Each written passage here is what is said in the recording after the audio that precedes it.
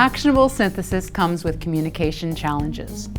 Words mean different things across disciplines, and stakeholders have distinct communication needs. At some point, you'll want to talk to audiences outside of academia about your research, whether it's funders or policymakers, community organizers, or key influencers. An audience-centered analysis will help your team design a communication strategy for broader engagement.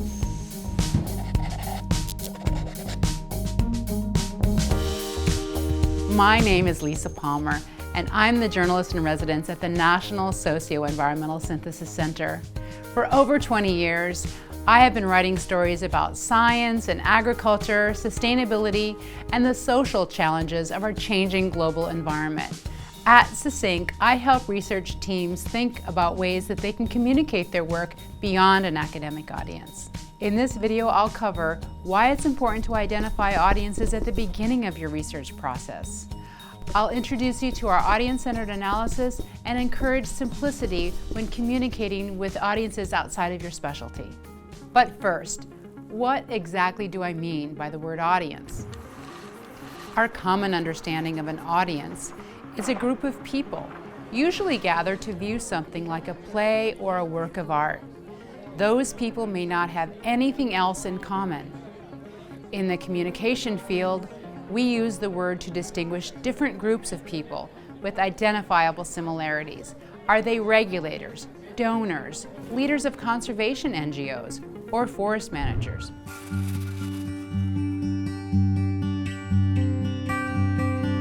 Audiences for your research are building blocks for bridging knowledge to actionable science. But for your science to shape discourse, inform decision makers, or engage with stakeholders, it must connect with the right people. Many different kinds of people will be interested in your research. They will have different perspectives and will want to use the knowledge you produce in different ways. Invest time at the beginning of your research process. This way, you can articulate your synthesis research so that it's meaningful.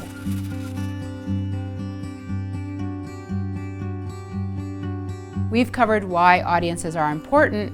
Now I'll share a tool for analyzing your audiences. At SESYNC, many groups approach me with communication questions. I have found that typically they are nearing the end of the research process, are preparing papers for publication, and want to begin communicating their results. In these scenarios, groups have only a vague sense of who they want to communicate with. One group I worked with recently flipped this narrative and came to me early in the research process. I encouraged them to conduct an audience-centered analysis, which gave them insight into the expectations and biases of audiences they want to reach. Their audiences included international river basin organizations, donor banks, researchers, decision makers at the national government level, and NGOs active in river basin governance. The group examined the practical benefits for using science for decisions on transboundary river basins worldwide and provided a catalog of examples of how science was produced and incorporated into decision-making. Their goal was to have policymakers in transboundary river basins draw upon this catalog as they consider what knowledge may be of use to them, how to produce it, and how to design institutional structures to incorporate decision-making. For each unique audience, the River Basin Group asks such questions as, what do river basin organizations already know about how science informs management advice? How are they already involved, or not, in the matter? What questions will NGOs likely ask about our research and science policy process? How do national governments understand the value of cultivating capacity and promote the link between science and international river basin organizations? These are just a few questions that will help you glean information about your audiences. The audience-centered analysis can be found on our communication website. It can be done by the whole team or members of your group who are interested in leading communication efforts. Once you've conducted an audience-centered analysis, the distinct communication needs will become clear. Most likely, your audience won't have the same scientific background that you do, so it's important to keep your message simple, directly appeal to their needs. There's a principle in communication that less is more. Most non-academic audiences are looking for simplified content that gets directly to the meaning of why it matters.